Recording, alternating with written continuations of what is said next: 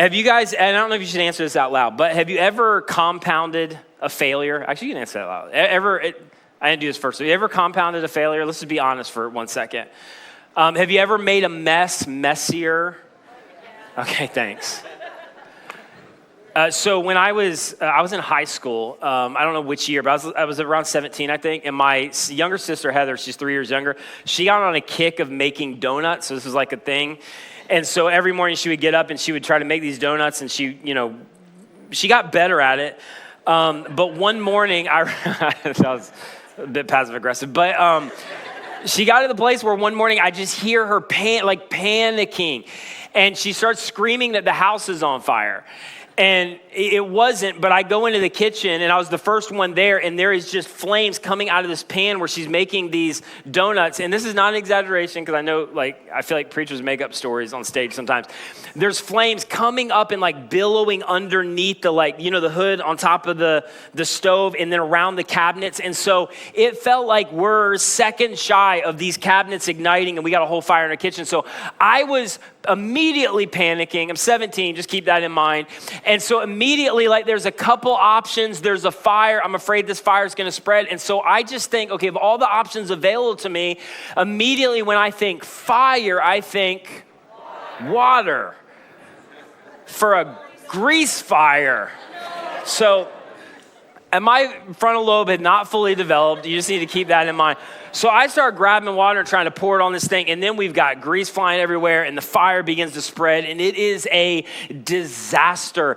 And finally, it's not as dramatic as the fire department showing up, but my dad did come in, got sand. We were able to eventually take the thing out, pour sand on it, get the fire. There was still black under and around our cabinets for months until we I either cleaned them out or replaced them. I can't remember, but I mean, it was panic-inducing, and it was almost really, really bad, and I've not let my sister forget that. But I try to forget the fact of my stupidity to almost burn the house down by pouring water on a grease fire. So my point in all of that is this: if you don't get anything else today, and this is how I want to end this series, that when you are faced with a mess, this is the reason that we are tempted to make a messier or compound and double down on a failure, is because when you feel like you're underwater financially, and you maybe made several decisions to kind of lead you there. You're underwater relationally, and you can look back and there's stuff you want to redo. You're underwater professionally, academically, and it's not going well for you, and you can't really rewind. You're just stuck with the decisions you've made, as we'll look at today. In some cases, the decisions somebody else made. But when you get into that place, just mark it down, even if you don't do anything with it, you are almost always confronted with really bad options to try to fix it. Almost always. There is some kind of thing in front of you, well, if I just do this, if maybe to get out of the financial mess, we'll just borrow more. Or maybe to, cover that text, I'll send another text to lie about the first text, to try to act like I wasn't lying about the first text. I'll try to, whatever it is. But there's always some kind of scenario or option in front of you to quick fix something, to kind of try to mitigate the consequences, to try to, look your best, to try to act like you weren't lying about it, to try to get out of the situation. And it only makes the mess messier. It only makes the failure more ingrained and then leads you to a whole nother mess that you got to clean up. And I'm just telling you, if you're on the verge of that right now and you're in the midst of some things that, again, somebody handed you a mess or you created one for yourself, you just need to know that there will be options in front of you that look good immediately to fix it or to get where you want to get faster, and they almost always lead to making it worse. And some of us have our own stories. So I want to look at an Old Testament narrative that some of you might be familiar with that honestly illustrates how to not make a mess messier. And in this case, a lot of the mess was made for this guy, but his response is so unbelievably instructive. So how many of you know any of the stories of David in the Old Testament? The only reason I ask that is because, and I love this about our church, the diversity of our church. I was in Discover CC recently, and somebody was like, what's the whole David and Goliath story? I was like, they'd never heard of it before. So I don't ever assume. So anyway, there's this guy, David, in the New Testament. This is about 1000 BC. And Samuel, who is a prophet, and a prophet in the Old Testament or in those ancient times were basically spokesmen for God, to put it in our terms. And Samuel is somehow tasked by God to go and to anoint the next king of Israel. And so he ends up at the home of David. David has a bunch of brothers. He's the youngest. Samuel asked David's father, like, hey, bring out all of your sons because one of them, God has told me, is the next king of Israel. And so David's father does, except he excludes David, goes through all of them. They do a little interview process, and Samuel's like, nope. It's none of them. And then he's like, inquisitively, like, do you have any more kids? Which, by the way, I don't know if we ever think about this, that had to have been some kind of complex on David. Like, he's not even called in. He's not like, he sends all the sons, doesn't even think to include David in the interview process. He's like, no way, it's this guy. And so he's like, no, bring your other son in. So he goes, gets David out of the field. David was a shepherd. That's all he did. Youngest of the family, kind of dismissed. And immediately David comes in before Samuel, and Samuel was like, that's the kid. He's going to be the next king of Israel. And Samuel anoints David, this nobody who's overlooked by his family, as the next king of all of Israel. And if you know any of the story, that was a problem because Israel already had a king. And in ancient times, if you had a king and now there's a new king elect or a new anointed king, that doesn't go well because Saul's the king. Saul has a succession plan. His son Jonathan's going to take over, and nobody gives up the kingdom in ancient times. And so it creates a whole problem. And so David is this, anointed kid king. And then all of a sudden, if you do know the story of David and Goliath, David's not looking for a fight, but he comes out one day and these circumstances, begin to present themselves where David, this little shepherd boy, ends up in front of this giant in their terms. This guy is probably like 8 foot tall, and he slays the giant and becomes overnight a national sensation. David, this nobody, becomes a national hero in the eyes of the people of Israel. And so now he's got a problem. I mean, it doesn't seem like maybe a problem in our eyes, but it was a problem because he is a threat to the king. And not only is he the anointed king in terms of Samuel's words, he is now a national hero for slaying this enemy of the Philistines. And overnight, everything began to change and tension begins to come to the surface. And Samuel, who is the guy who initially anointed David, writes about what happens next in 1 Samuel 18:14. He says, "In everything that David did, he had great success, which made him even more annoying to Saul." Some of you have this person around you and there's no reason you shouldn't like them. It's just that everything they do seems to work out.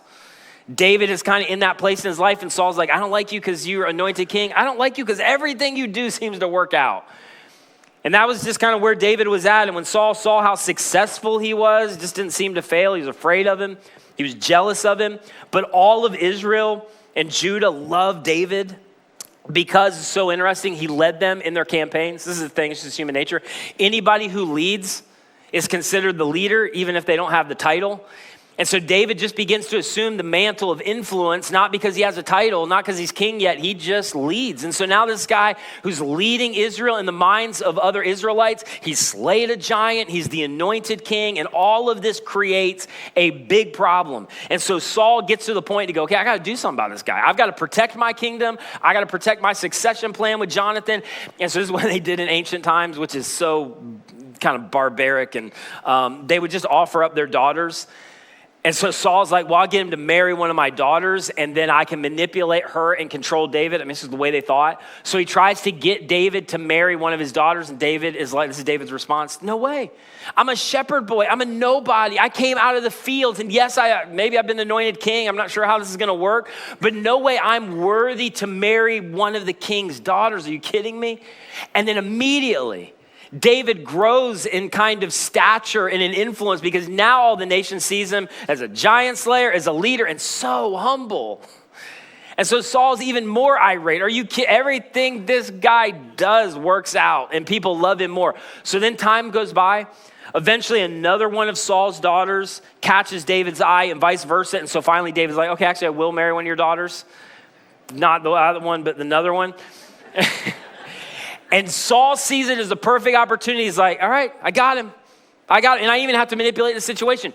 So in ancient times, they would put a bride price. And so he basically tells David, here's what you got to do. You got to go out. And I'm not going to give all the details of the story. And if you read it for yourself, you'll know why. So just, you can go read it. He's like, you need to go get 100 Philistines or slay 100 Philistines, which is our enemies.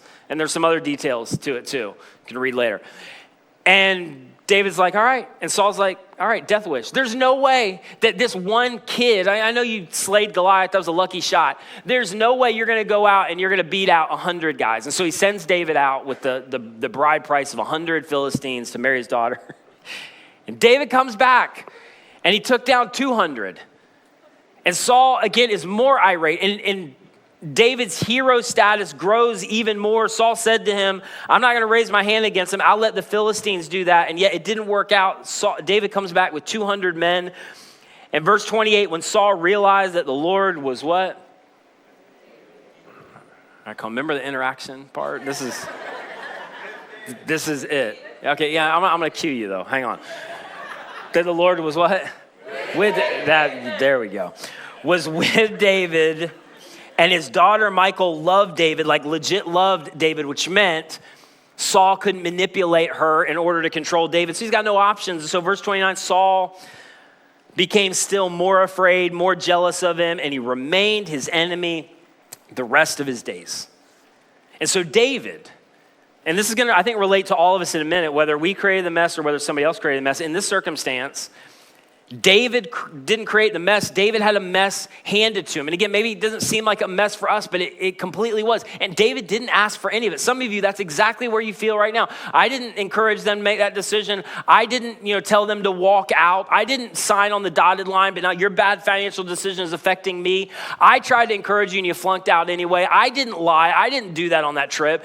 And now you're dealing with the ramifications of their mess, and you didn't make the mess. They made the mess. That's exactly where David's at. David did not ask to be anointed king. I mean, he wasn't looking for that when he was out, tending sheep. David did not ask to be initially married to Saul's daughter. David was not looking for a fight with Goliath that day when all of that went down. David was not looking for this basically suicide mission that ended up catapulting him even more into this kind of heroic, almost myth-like stature. He didn't ask for any of it. And now he is stuck with a mess that has been created for him. And eventually Saul, because he's so irate with anger and jealousy and fear and wanting to protect the throne, not just for himself, but for his son, he tries to pin David to a wall with an arrow, tries to kill him. And David knows, I can't stay here. And this is when things started to get messy for David. I mean, everything at this point had been successful, had been great. He'd made all the right decisions. Things were just tracking up to the right. And now David's like, the king's going to kill me. And it might be great in your mind to be the anointed king, but it's not going to be great to be on the run and have an army after you. So David has to assemble basically what is a nomadic group of outcasts who are political enemies of Saul. They join David, like, we'll go with you. And so David goes out with this band of outcasts. And he's on the run as an outlaw with Saul coming after him to kill him and to end his life. And so David goes on the run. This is where the story gets really interesting. Again, Samuel records it, that after Saul returned from pursuing the Philistines, he was told that David is in the desert of En-Gedi. Like, we know where he's at. You can go find him. So Saul took 3,000 able young men. I mean, this is up against this, again, band of nobodies that are with David.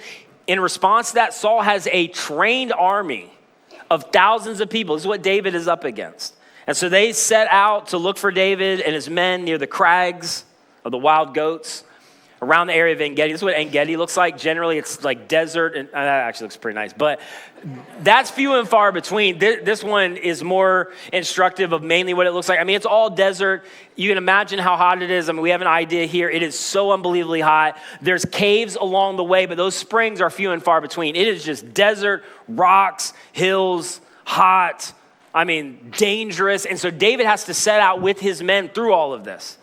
And so they'd camp out night after night, afraid for their life, not just from Saul, but everything that they could encounter, all of the elements that they've got to endure going through the desert. And they do this night after night after night. And then eventually, verse 3, he came to sheep pens along the way, and a cave was there. And Saul went in to relieve himself. I'm not really sure why I highlighted that word, but I did. It's the only time in the scriptures that it talks about somebody's bathroom break. I don't know if you want to know that for your Bible study, but it is. It's the only time. And David and his men were far back in the cave. And so I don't know if you know what happens. This is absolutely extraordinary. David and his men are journeying through the desert. They eventually come up on a cave, and they they hear Saul's men coming. I mean, Saul has an army. Saul has thousands of people. And so David and his men do the only thing they can do. It's their only option. They go back into this cave and they hide out in a dark cave. Probably you can't see your hand in front of your face for a while when you get back into the back of that, if you've ever been in one of those. And they're like, we're going to wait for Saul's army to go by. They'll have no idea we're here. When his army passes by, we're in the clear. We'll go the other direction. It's perfect. So there they are, David and his men, all the way in the back of this cave, if you can kind of place yourself in the moment. And there they are, and they hear Saul's army getting closer and closer, and finally it begins to stop. And lo and behold, what are the chances that there they are in the back of the cave, and Saul comes walking in toward them? Now, Saul can't see them because he's walking into a cave. His eyes haven't adjusted. He has no idea these guys are just in the back staring at him. But they can see Saul perfectly fine. They've been in that cave for a minute. Their eyes have adjusted. They know exactly what's going on. And here Saul comes toward them. And anybody in that situation, or at least I think most people, and this was definitely the case for David for a minute and for his men, they're thinking, this is perfect. Are you kidding me? With everything that Saul's done, with everything that Saul is trying to do right now to David, with everything that's gone down, this is absolutely the perfect scenario. How could anybody orchestrate it any better? And what in the world are the chances statistically that we go into this random cave and then we watch Saul come in towards us, and they're thinking, okay, if Saul is David's problem, this is what we always do because we're always quick to draw the God dots, then God has just provided the solution for us. It is right in front of us, and it couldn't be any better. And so verse 4, the men said, this is the day that the Lord spoke of when he said to you, David, I'm going to give your enemy into your hands for you to deal with as you wish. There he is. Are you kidding me? Because night after night, David would sit around the campfire with his men, and he's trying to get them to not quit and give up, and they're afraid for their life. And so David would remind them, hey, just so you know, God's promised me. Just so you know, God's going to do something. Just so you know, I've been anointed king. I don't know how God's going to do it. And I don't know why we're on the run and why Saul's doing this, but I'm telling you, hold on. Don't give up. God's going to do this. And here they are, and Saul is right in front of them, and they can end all of this with limited bloodshed. And so they're thinking, what a lot of us would think, this is God's will for our life. And just as a side note real quick, but it's worth just saying, this is a danger in regard to Christianity and our ability or not so great ability to sometimes connect the dots of what God's doing. And I'll just tell you about this little danger real quick, and I'll get back into the narrative that you should be aware of is if we look at something, you know, Christians are notorious for this, if we look at something and think that outcome is right, that outcome is good, I think that outcome is even of God, it is so easy to justify just about any behavior as a means to end of that outcome and then call it God's will, even if it doesn't look anything like God. And there they are, and they literally think what some of us would think of, this is God's will for our life, and God has delivered our enemies into our hands, and so now we've got to act. And so David is there with his guys, and imagine the drama. I mean, if this goes down the way that they think, Saul is going to walk into this cave, and David's going to walk out.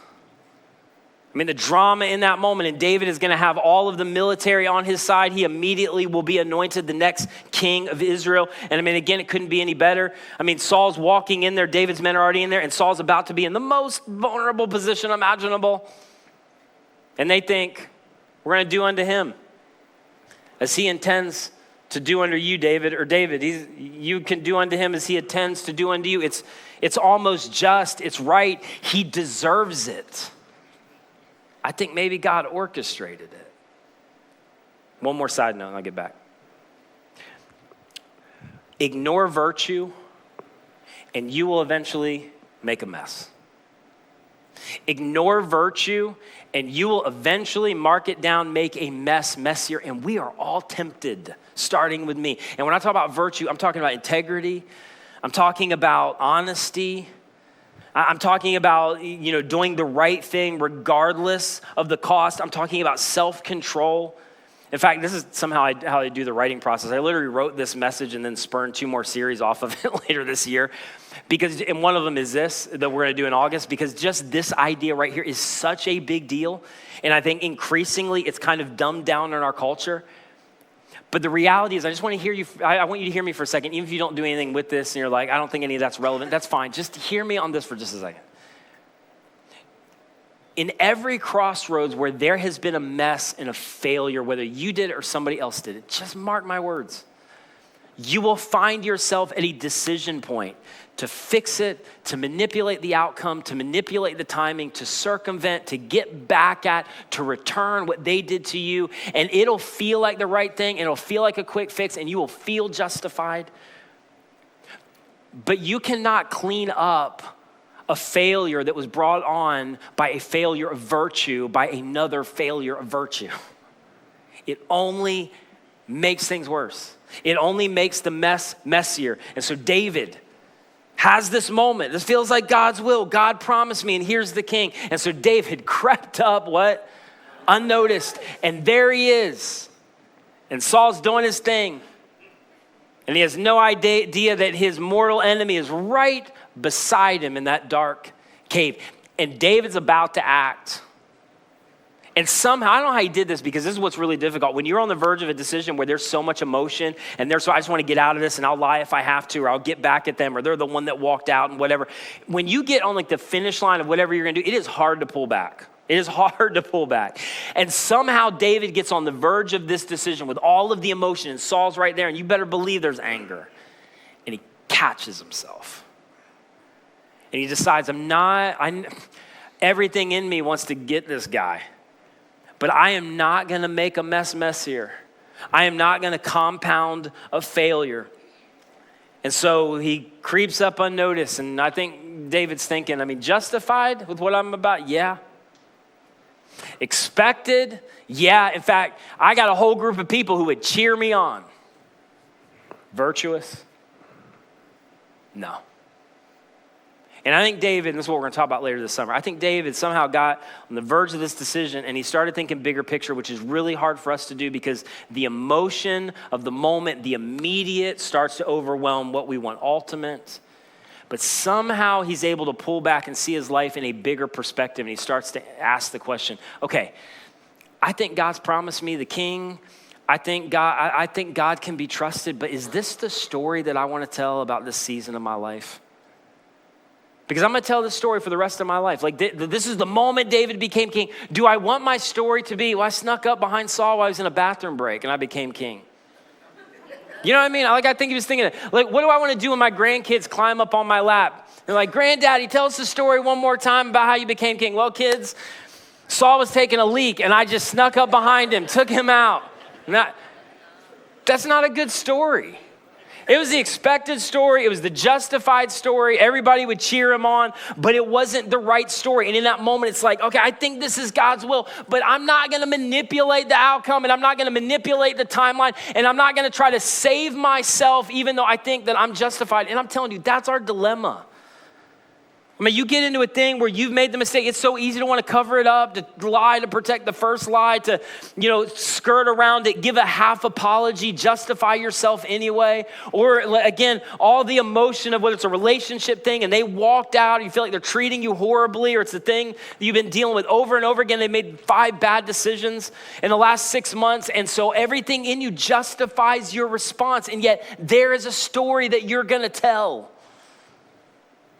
about what you did in response to the mess that was created, whether it's going to make a bigger mess, or whether, and we'll talk about this in the end, whether your response to the mess, even if it's yours, has the potential to change the trajectory of your life in the best possible way. So there David is, and he creeps up unnoticed, and he's like ready to go, and he's like, boom, and he just cuts off a corner of Saul's robe and goes his way. And even that, is interesting, was considered an attack against a king. But David doesn't go the whole way. He just gets a souvenir. And afterwards, David was conscience-stricken for having cut off the corner of his robe. And I think David's men are like rolling their eyes. David, are you kidding me? That you're conscience-stricken for this? And he said to his men, the Lord forbid, this is so powerful, that I should do such a thing to my master, the Lord's anointed. And they're like, you the anointed that's trying to kill you, that tried to pin you to a wall with a spear? or lay my hand on him, for he is the anointed of the Lord. Basically, it's not my responsibility to replace what God put in place. And all that's true. And he doesn't act like it, and he's not worthy of it, and all of that is correct. But I'm not God. So I'm not going to take responsibility to replace what God put in place. I'm going to rest easy at night. I'm going to put my head on the pillow and I'm going to be good. Not because everything has worked out, not because I took the easy way, not because I could have ended this right there, but because I believe somehow in me that God's writing a bigger story, that God can be trusted, that there is a bigger thing at stake, and I'm not going to write a story that I have to tell for the rest of my life that does not include my trust and my faith in God in this moment. So instead, I'm going to do not what is expected. I'm going to do what is right. And I'm going to trust God with all of the outcomes. And then David's men, their response is like, well, we'll do it. David, you may be conscience stricken, but we're not. We'll take him out. And so David's men gear up to do what David is not willing to do. And so verse 7, with these words, David sharply rebuked his men and did not allow them to attack Saul. And Saul left the cave and went his way. And again, let me get the scene real quick. Saul's coming out of the cave. His men are probably annoyed because he had to stop. If you've ever been on a trip with anybody and you're like, you got to go to the restroom again. Are you serious? So anyway, they got to stop. It's a massive thing. You're talking about a caravan of thousands of people. His men help him back onto his mule. They get everything set. They got to take off again. And like, Saul, you good? He's like, I'm good. And so they get ready to go off. And just as they're about to leave the cave, David walks out and he's like, hey, yo, Saul. I don't know if he said that, but he's like, Saul. And David went out of the cave and he called to Saul, and Saul's squinting. Like, Saul recognizes that voice. Saul had that voice sung to him. I don't know if you remember David's like harp playing, singing David. Saul's heard that voice before, and so he squints and he's like, that who I think it is. And there's this recognition by Saul and his men that that's David coming out of that cave, and everybody recognizes what didn't happen. And everybody recognizes what David didn't do. And this day, verse 10, this is David to Saul. This day you have seen with your own eyes how the Lord delivered you into my hands in this cave. It would have been easy for me to justify it was God's will to take you out, but I didn't. And some urged me to kill you, but I spared you. Not your bodyguards, that was me. And I said, I will not lay my hand on my Lord because he is the Lord's anointed, even though you are not acting like it, you are not worthy of it, but it is not my call. This is so important. And may the Lord do what? Not me. That is so difficult. May the Lord judge between you and me, and may the Lord avenge the wrongs that you've done to me. And I think David's like, and I hope he does. But my hand will not touch you, because I'm opting for virtue rather than hurt you. I'm not going to make a messier. I'm not going to manipulate the timeline. I'm not going to manipulate the outcome. I'm not going to do what I think that I could get away with doing, because there is a bigger story at stake. I'm going to do the right thing. I'm going to trust God to do all the rest. I'm going to trust God with all of the outcomes of my life. I'm telling you that, like, that's the thing at stake. And this is the thing that I can't emphasize enough. If you're like a 16-year-old and you've got 3 options right now and 2.5 of them are really bad, or you're in a thing where you're dealing with a divorce and somebody walked out, or you're right on the verge of following up a really bad business deal with another one and it's not quite ethical, or you're going to do the thing where you know you've got to skirt some of your values, or you're going to lie to cover the whatever. And like, what is at stake is if you're a follower of Jesus, if you're not, again, you don't have to do any of this, but if you take this serious, it'll help your life. But if you're a follower of Jesus, what is at stake is your confidence and trust in God. And Paul wrote it this way, that when you humble yourself, therefore, under the mighty hand of God, basically the protection and the power that only God embodies, that in due time or due season or in the right season, that God will lift you up, meaning there is unbelievable security and protection. Not that everything is going to work out right, but even when you are faced with bad options, and you decide to take the virtuous option, and you can go, you know what, this isn't what I would choose. I don't know what God is doing. I hope God does get back on him. I mean, wherever your heart is at right now, I'm just going to do the right thing. And I'm telling you, you don't want to trade this. And then I'm going to trust God with all of the outcomes of what comes next. Because I'll tell you what comes with that is peace.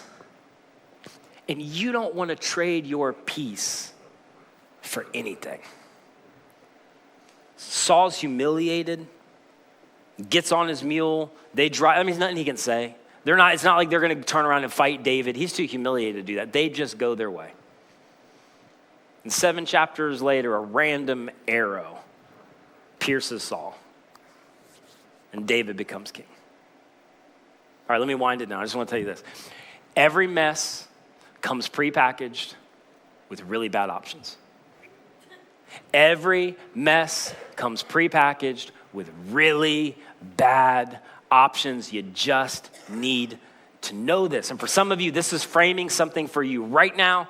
The business deal, the education thing, the you lied, you sent the text, the whatever, your failure to apologize, don't want to admit it. Are you kidding me? They're off the rails. Like everybody would agree with me. Whatever it is, I get all of it, and you can justify it. We've talked a lot about this. You can create your own narratives in your own mind and convince yourself of anything. But every mess comes prepackaged with really bad options. Manipulate the outcomes, manipulate the time, and get back at quick fix. And they almost always make the mess messier. They almost always compound the failure. And here's the thing. The mess isn't the real story for you. Everybody's going to have one. All of us are going to encounter a mess somewhere along the way. The real story is your response to the mess. And I'm telling you, this is the thing, like where I wish, and again, in my own life, like this isn't like me talking to you. In my own life, there are so many times, if I would just recognize that what is in my control is my response. And this is the thing, sometimes from the outside, because we always have more clarity from the outside of somebody else's decision. I just want to go, listen, I know there's a mess. I know they wronged you. I know their failure is now impacting you, or I know that you failed. You made a mess. That was a terrible decision, and you did it 7 times in a row. But you got to understand, the mess, though, isn't even the real story, and so many people's stories would give evidence to this. The real story is your response to the mess in this moment. I'll tell you one of the things I've struggled with so much that it took me way too long to get, and part of this is my personality. My personality is perfectionist tendencies. I want everything to be up and to the right. I want everything to be the first half of David's story. I want my own spiritual journey to I'm getting it. I'm just keep getting better. I keep improving. That's just how I'm wired. So anytime I fail, it's so easy to just give up, whatever, compound the failure, make a bigger mess. What's the use? I mean, that's in me. And yet it's taken me so long to understand that and I wish the church would do a better job of talking about it. None of this journey is linear. It is not 1, 2, 3, 4. It's not just keep up and to the right, perfect progress. It's going to be 3 steps forward, 4 steps back, 2 steps forward, 1 step back. You're going to struggle with something that you surrendered 14 times and now you've done it 28 times. And yet God is still working progress in your life. I'll tell you what it comes down to. Are you willing to embrace the failure, which takes humility to go, why do I think I'm better than this? God did not come and condescend into human flesh I say this all the time, for a future version of you, for a cleaned up version of you. I mean, so many of you are striving to get to that picture of you in 10 years that you still haven't gotten to yet. And you're thinking, well, when I get there, then I can be confident, then I can trust God, then I'll feel worthy. You are never going to get there. The you in 10 years for pretty much all of us doesn't exist. Happy Sunday. It just doesn't. We're not going to get there. And God loved you in time and space anyway. God knew what you were going to become and came after you anyway. God knew your trajectory and track record and the failure you haven't even gotten to yet and loves you anyway. And now he has put within your control by the power of the Holy Spirit and by his grace at work in you that even in the mess, your response can set a new trajectory. But we are so infatuated with our ability to be better or think that we should be better that it keeps us from really embracing God's grace and responding with, yes, I messed up or they messed up and I want to get back, but God's writing a bigger story. And so what I get to control is my response in this moment. And if I will respond and trust God with the outcomes, I have no idea what God's going to do through my life. There's some There's some marriages that are hanging on by a thread. And this is where I see some of this the most, where it's so easy, where things are just off the rails. And at one time you liked each other and now you don't anymore. And I get it's so complicated, but it feels so easy to justify behavior in response to their behavior, where it's like you're reducing yourself to the lowest common denominator. And God's going, no, I'm giving you a different way forward and a different response. And it may never change anything in this relationship, but try me. If you would just step up, not to do the expected thing, not to do the thing that everybody would think that you would do, but to do the virtuous thing and to step into fully following Jesus. Your response, listen to me and I'll wind it down, your response will become a permanent part of your story. So later in the summer, we're going to look at this, because again, I spawned 2 series off of this message. I want to look at the life of Joseph and just answer that question later in July. What story do you want to tell? And you know what the thing is? I already know the story you want to tell. You want to tell a virtuous story, to use a word we don't use anymore. But you want to tell a story of, yeah, they did all that. Or, yeah, it was a mess. Or yeah, I was a train wreck for a decade. But then things turned around. In the light of God's grace and beauty and goodness, I chose a different response. And you wouldn't believe what God did. I just decided I was going to apologize to her. And I was going to stop trying to skirt around it or justify any longer. Or I just decided with that financial mess, we weren't going to double down on the financial mess, which is, it's just weird. It's human psychology. We just do that. Instead, we decided we're going to cut up the credit cards and be done. Or we realize that the fruit of the decisions of our life were not leading to anything good. This is a whole nother message too. It's like we were exhausted, we were worn out, we were driving our kids into 19 different sports, we were trying to keep up with everybody, we were maxing out our budget, and we just decided that the fruit of that is not good for us. So we just said no to 17 things, and we got out of some Facebook groups, and we let down some friends, because we are not gonna live the next decade of our life like this, and we are gonna write a different or better story. We just decided that we were actually gonna tell them the truth, or I was going to tell them the truth. We decided that we were going to pay them back. But whatever the thing is, you want to tell a virtuous story. And here's the thing, and I'll go quick, is that eventually the thing right now that has so much emotion around it for you will be reduced to a sentence or 2 that you tell. What do you want your response to be? Well, then I got a divorce. I mean, eventually that's going to be your story. It's about that long for most people. Then I got a divorce. And then there was an affair. Or we had to declare bankruptcy, or I got fired from this job, and there's this whole thing, and I don't think it was justified, but it's going to be reduced down to you got fired from a job. Or I flunked out that semester. Or there was that season where I made really bad decisions, and I just did it consecutively over and over and over again. And now you get the chance to write your response, your story, in terms of what comes next. And I just want to tell you, don't opt for a response or a story that makes you a liar and a hypocrite in the next season of your life. Let me just say it this way. Don't use someone else's bad behavior as an excuse to behave badly. It will make you feel better momentarily. It will not make things better. So as we close, you're going to be tempted. When your decisions hit the fan or somebody else has done to you, you're going to be tempted to make your mess messier, and the real story is not your mess. I just want to encourage you one more time. Everybody's going to have a mess. You're not going to get through unscathed. It's not going to be linear and perfect. Just embrace that. The real story is your response to the mess. And as I close, some of you, and this is where I feel this so deeply, and my heart breaks for some of you. You are so weighed down by the weight and the guilt and the shame of some of your decisions. Some of you even feel that because of what was done to you. And in that, you miss the fact that God has given you the ability through his Spirit to have control of the story that you write in response. And the story of so many people and things that they look back at. And like one of the things in my job that's so crazy, and I got to be done, but like where I would see people, I get to know them a little bit, and I'm like, man, you just are nailing it. You just killed every part of your life. And then I get to the place to hear more of their story, and I realize they have a massive, massive off the rails moment that I would have never, ever imagined. But they wrote a different story because of their response, and it changed everything. And there is the potential in the place of your greatest failure and your greatest mess that as you begin to write a different story by God's grace, that you will look back and go, yeah, I wouldn't choose that. But now I'm already at the place where I wouldn't trade that, because we said in week 2, it took the mess to arrange the meeting. And it was through my mess that I had an encounter with God, that I knew God's grace in a way that you cannot get from reading any verse on a page, that suddenly I got to the place where my faith began to grow. And in fact, now I have a story that is encouraging and inspiring other people, which is why if you're on the other side of a mess and God's delivered you, or you're in the middle of it and you're contemplating what your story and response is going to be, you just need to recognize this. If you're a Jesus follower, if God leads you through and God leads you out, that story is not for your sake.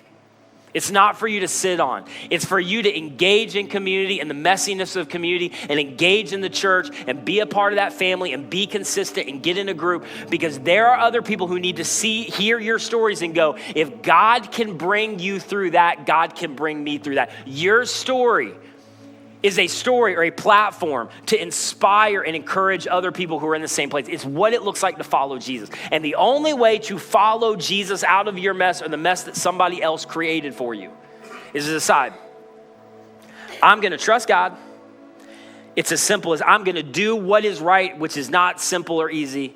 And I'm going to trust God with all of the consequences for what happens next, knowing that he is capable. So, write a good story in response to the mess that you're dealing with right now, and trust God with the outcomes, and protect your peace at all costs.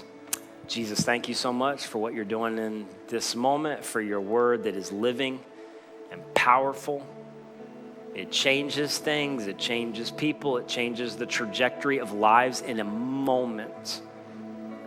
And so knowing that, not because of anything I could do on the stage or anything I have to say, but just knowing the power of your spirit and your word, there are literally moments being birthed in the hearts of people right now, and the decisions that are about to be made that are going to change everything. Give them the wisdom to know what to do.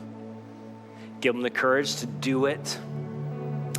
And I pray for anybody who is right in the middle of the mess, where there is shame and there is guilt and there is regret and there is rehearsed conversations in their mind at 2 a.m., that you would meet them there. That you are a deliverer. You are good. Your grace is way more powerful than their mistakes. And that you, through the name of Jesus, can set a new trajectory regardless of what has happened in the rearview mirror. And so I pray today, this would be the day for some that reality moves from their head to their heart. And we pray all of this in Jesus' name. Amen.